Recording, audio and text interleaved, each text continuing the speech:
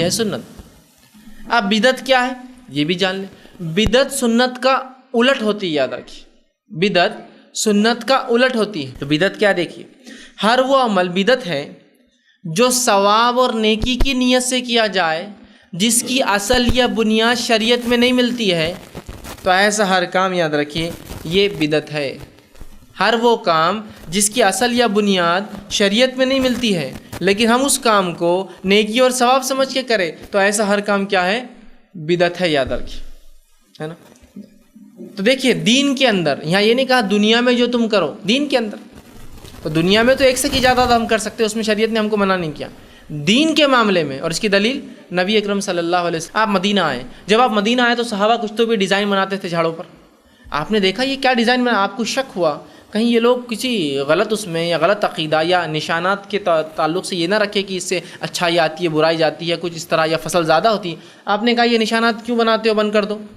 سب نے نشان بنانا جھاڑ پہ بند کر دی۔ اس سال فصل ہی نہیں ہوئی، اور ہوئی تو اتنی کم ہوئی کہ سب صحابہ پریشان ہو گئے۔ کہا اللہ کے رسول صلی اللہ علیہ وسلم اس سال فصل بہت کم ہوئی۔ کہا کیوں؟ تو کہا وہ نشانات جو ہم بناتے تھے وہ اس لیے بناتے تھے کہ ان نشانات کی وجہ سے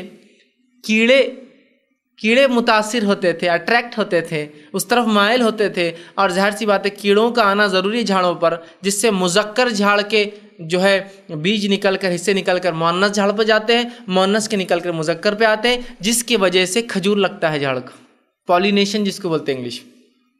کیڑے یا ہوا کے ذریعے کچھ ذرات اڑتے ہیں ایک جھاڑ سے دوسرے جھاڑ پہ جاتے ہیں، جو پھل پکنے اور پھل آنے کے لیے وجہ بنتے ہیں نا۔ بولتے ہیں نا کبھی ایک جھاڑ ہے اس کو پھل نہیں آ رہا تو کیا بولتے ہیں؟ دوسرا جھاڑ ہونا اس کے آس پاس تب پھل آئیں گا، پالینیشن نہیں ہونا، دونوں جھاڑ کے بیچ ٹرانسفر نہیں ہو رہا ایک جگہ، ہے نا، ایک طرف۔ تو کہا کہ ہم یہ اس لیے کرتے تھے کہ ادھر کے کیڑے ادھر اٹریکٹ ہو، ادھر کے ادھر، لیکن اب ہم نے وہ کام نہیں کیا ڈیزائن جس کی وجہ سے وہ کیڑے نہیں آئے تو فصل کم ہوئی۔ تو کہا اچھا اس لیے کرتے تھے آپ صلی اللہ علیہ وسلم، ڈرتا کہیں یہ کوئی عقیدتاً تو نہیں کرتے تھے؟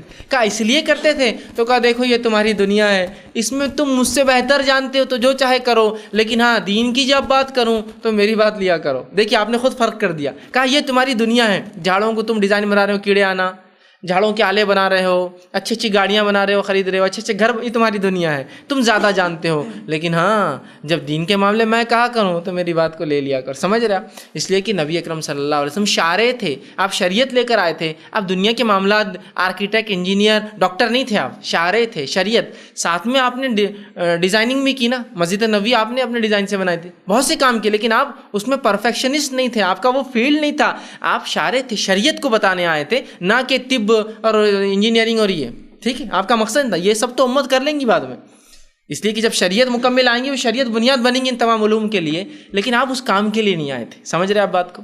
سمجھ رہے آپ کا مقصد شریعت تھا، تو آپ نے کہا یہ دنیا کا معاملہ، جھاڑوں پہ ڈیزائن، مجھے لگا کسی عقیدے سے بنا رہے اس لیے روک دیا، لیکن اگر یہ ہے کہ کیڑے آئے تو یہ تم زیادہ جانتے ہو، تمہارا کام تھا مجھے سمجھانا کہ یہ نہیں کر، لیکن اب تمہارا مسئلہ ہے یہ تم زیادہ جانتے ہو، اور جب میں لیکن دین کی بات کہوں تو میری بات لے لیا کرو۔